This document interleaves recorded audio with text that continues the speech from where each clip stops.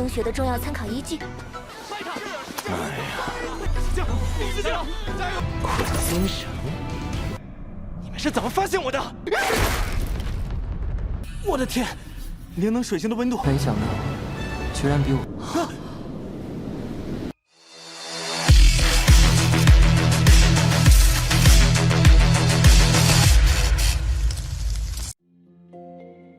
Halo semuanya, selamat datang di Ruang Sinema. Bagaimana kabar kalian semua? Semoga selalu sehat dan baik-baik saja. Pada hari ini kita akan kembali melanjutkan series Donghua The Daily Life Immortal King season keempat. Kita sudah membahas season pertama hingga season ketiganya pada channel Ruang Film 2. Untuk tahu lebih lanjut tentang series itu, kita sarankan untuk nonton season pertamanya dulu hingga season ketiganya.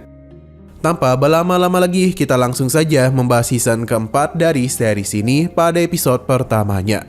Kita diperlihatkan dengan sosok Wang Lin berambut putih bersama dengan adiknya, di mana saat ini Joey ada di sana untuk bisa menghentikan mereka. Namun dia bingung mengapa hal ini bisa terjadi. Apakah ini merupakan kelahiran dari anak iblis? Sedangkan Joey juga dikejutkan oleh kedatangan Wang Ling yang asli bersama Erha. Mereka memintanya untuk menyerahkan semua ini kepada mereka. Pasalnya masalah itu sudah di luar kemampuan Joey. Erha langsung saja berubah bentuk menjadi bentuk aslinya, yakni kodok iblis. Dan tentu saja Wang Lin akan bertarung dengan adiknya. Tanpa berlama-lama, pertarungan antara dia dengan adiknya pun langsung saja terjadi. Pertarungan ini sangatlah mengerikan, bahkan mampu menghancurkan satu kota dengan sangat mudah. Hanya saja kekuatan dari adik Wang Ling juga tidak kalah hebat, di mana berbagai serangannya dapat meledakkan gedung-gedung besar di sana. Tapi tentu saja bagi Wang Ling semua ini bukanlah apa-apa. Ia kembali melakukan penyerangan kepada sosok berjubah itu yang sangat mirip dengannya. Sosok ini memberitahu kalau dialah Raja Abadi yang sesungguhnya. Sedangkan kedua orang tua Wang Ling menjadi sangat panik karena mereka benar-benar berkelahi. Adu serangan pun kembali terjadi di antara mereka. Ini telah kembali menghancurkan sisi kota, dan kedua orang tua Wang Ling menganggap ini merupakan akhir dari hidup mereka berdua.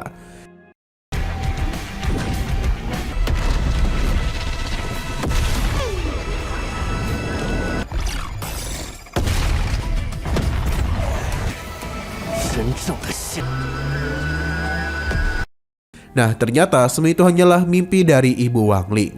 Belum saja lahir, namun ibunya sudah membayangkan hal yang tidak-tidak. Sedangkan Wang Ling meminta bantuan kepada Surong yang sepertinya Surong sudah menyiapkan segalanya. Jadi Wang Ling tidaklah perlu mematirkan apapun. Pada keesokan harinya, Wang Ling membawa kedua orang tuanya ke grup Huogo Suilin, milik dari keluarga Surong. Di mana berkat keluarga kaya itu, Liu Miaozhen bisa mendirikan rumah sakit yang megah.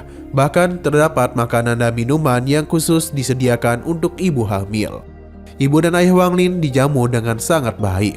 Namun Miaozhen bingung mengapa mereka begitu gelisah. Padahal ini bukanlah kelahiran anak pertama. Erha mengajarkan hal itu karena sebagai manusia panah mereka tidak tahu betapa besarnya kekuatan di dalam kandungan tersebut. Di saat kedua orang tuanya gelisah, Wang Ling terlihat memperhatikan sesuatu, di mana dia itu sedang belajar bagaimana cara menjadi kakak yang baik. Semua buku yang ada di sana dengan mudah Wang Ling serap ke dalam pikirannya. Baru kali ini jugalah Erha melihat Wang Ling begitu serius dalam satu hal. Tapi Wang Ling dikejutkan oleh kedatangan teman-temannya yang sudah menunggu dirinya. Chen Zhao penasaran apakah dia begitu bersemangat setelah mengetahui adik perempuannya akan segera lahir. Alasan mengapa Chen Zhao menjadi begitu antusias membuat Ting Xiaoyu penasaran. Bahkan dia juga tahu adik Wang Lin merupakan wanita. Surong mencoba menenangkan Chen Zhao karena bagaimanapun tujuan mereka kemari adalah sebagai relawan. Jadi mereka harus menyelesaikan tugas yang diberikan oleh sekolah, yakni mengawal pemeriksaan fisik. Erha sangat terkejut karena ada begitu banyak anak yang datang demi pemeriksaan fisik. Semua ini dilakukan demi bisa melanjutkan ke pendidikan lain. Terdapat banyak anak yang akan melakukan pemeriksaan kesehatan.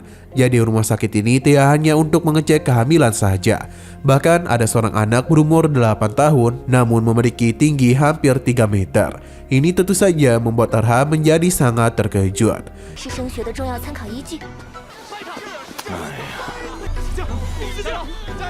所以除了产检， Jauh di sisi lain terdapat seorang ibu yang tengah membawa ketiga putranya, di mana terlihat dengan jelas kalau mereka begitu sombong, bahkan mentertawakan seorang gadis yang telah gagal. Wajar saja dia itu sombong karena anak bernama Ming ini sudah mencapai tahap penguatan Ki tingkat ke-7 di usia yang begitu muda. Ibunya teruslah membanggakan bakat hebat yang putranya miliki. Dengan kepercayaan yang begitu tinggi, Fan Saming pun langsung saja melakukan pemeriksaan, di mana hasilnya sangatlah hebat di usia anak sepertinya. Teman-teman Wang Ling juga memberikan pujian kepadanya karena memiliki bakat yang hebat. Begitu pula dengan Erha. Bahkan di tubuh kultivator seusianya, anak itu memang sungguh luar biasa. Ibunya kembali membanggakan Ming dan meyakini ia bisa bergabung dengan sekte tingkat surga. Hanya saja di sini Ming melihat Wang Ling karena dulu mereka pernah bermain kartu dan tentu saja Wang Ling kalah darinya. Ia memberikan ejekan kepada Wang Ling karena di usianya itu dia hanya bisa masuk ke sekte tingkat misterius saja. Jika dia jadi Wang Ling, mungkin dirinya tidak akan bisa tidur dengan tenang. Kesombongannya tentu saja membuat mereka kesal karena meskipun dia berbakat tapi sangatlah menjengkelkan. Kembali kepada ibu dan ayah Wang Ling, di mana Chen Shao menyarankan mereka untuk memeriksa kandungannya. Jadi dia pun memberikan bimbingan kepada mereka untuk bisa melihat detak jantung dari bayi dalam kandungan. Di sisi lain, Ming merasa kepergiannya pasti terus diawasi oleh semua orang. Pasalnya ia merupakan seorang jenius. Tapi kenyataannya semua perhatian tengah tertuju kepada ibu Wang Ling. Karena baru kali inilah mereka mendengar detak jantung yang sangat kuat. Bahkan itu terdengar seperti sebuah lagu. Ming menoleh ke belakang dan langsung terkejut karena tidak ada yang memperhatikannya. Semua orang tengah menikmati suara indah dari detak jantung tersebut. Ming pun kesal karena belum lahir saja bayi itu sudah mempermalukannya. Tapi baik Wang Ling maupun kedua orang tuanya terlihat tidaklah senang. Karena dalam gini maka sudah jelas kalau bayi di dalam kandungan sepertinya terlalu aktif. 如此强劲的胎儿心跳，我是一个还没有出生的胎，也不是好事儿啊！阿姨啊，您不高兴吗？啊。 Dari kejauhan terlihat ada seorang pria yang tengah mengawasi Ming dan menganggap kalau ini merupakan bakat yang bagus. Tapi ada bayi yang masih belum lahir yang juga tidak kalah hebat. Untuk Tuan Ling Jun, ia tidaklah terlalu berguna, tapi akan tetap mereka catat saja hingga bayi itu lahir. Entah apa yang sedang mereka lakukan karena kedua orang itu menyinggung tentang rencana besar terhadap anak-anak yang memiliki bakat hebat. Pria kecil akan bertanggung jawab untuk menangkap orang-orang di sana, sedangkan rekannya akan menunggu di luar, yang ternyata beliau ini merupakan kaptennya. Di sini Ming terlihat akan mencoba melakukan tes kekuatan spiritual.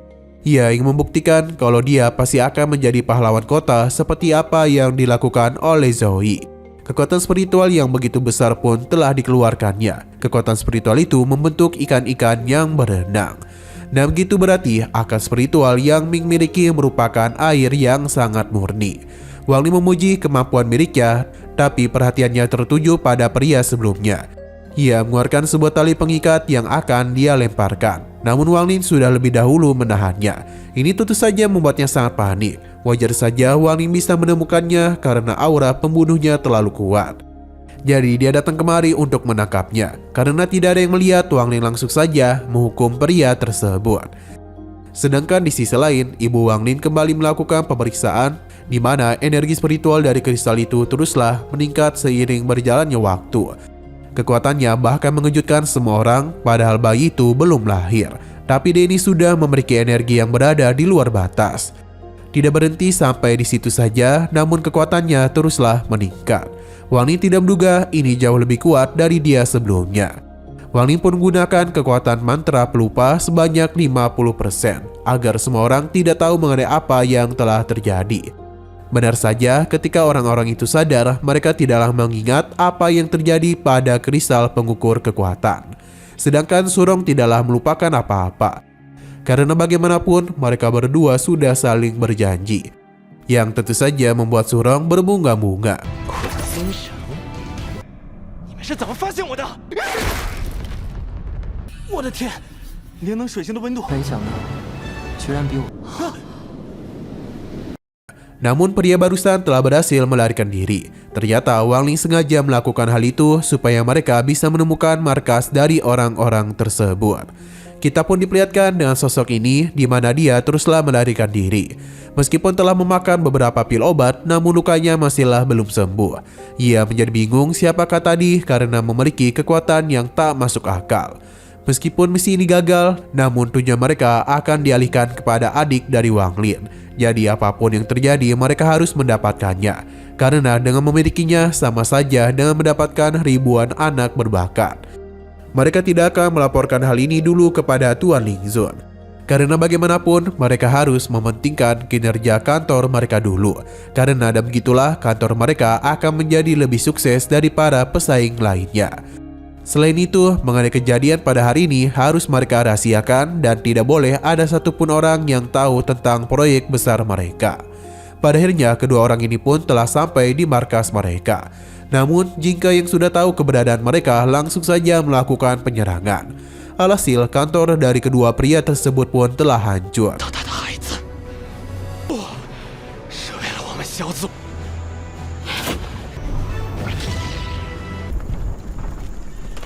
Sinol kembali kepada Ming, di mana dia merasa begitu sedih karena kalah dengan seorang bayi yang belum lahir.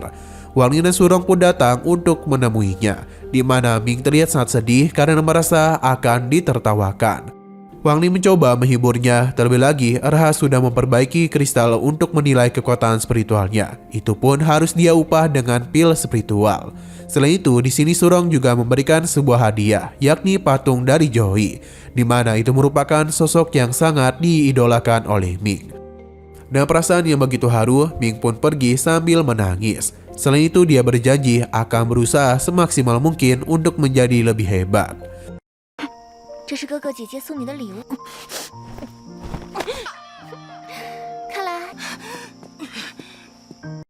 Dan sayang sekali, episode pertama pada series ini harus bersambung dulu. Oke, sekian dulu pada video kali ini. Untuk video selanjutnya akan segera hadir. Jadi bagi kalian yang ingin mengikuti series ini, langsung saja klik subscribe dan aktifkan loncengnya. Terima kasih yang sudah menonton video sampai habis. Jika kalian suka pada video ini, klik like dan share ke teman-teman kalian tentang channel ini. Dan ditunggu aja kelanjutannya. Oke, sampai jumpa di video selanjutnya.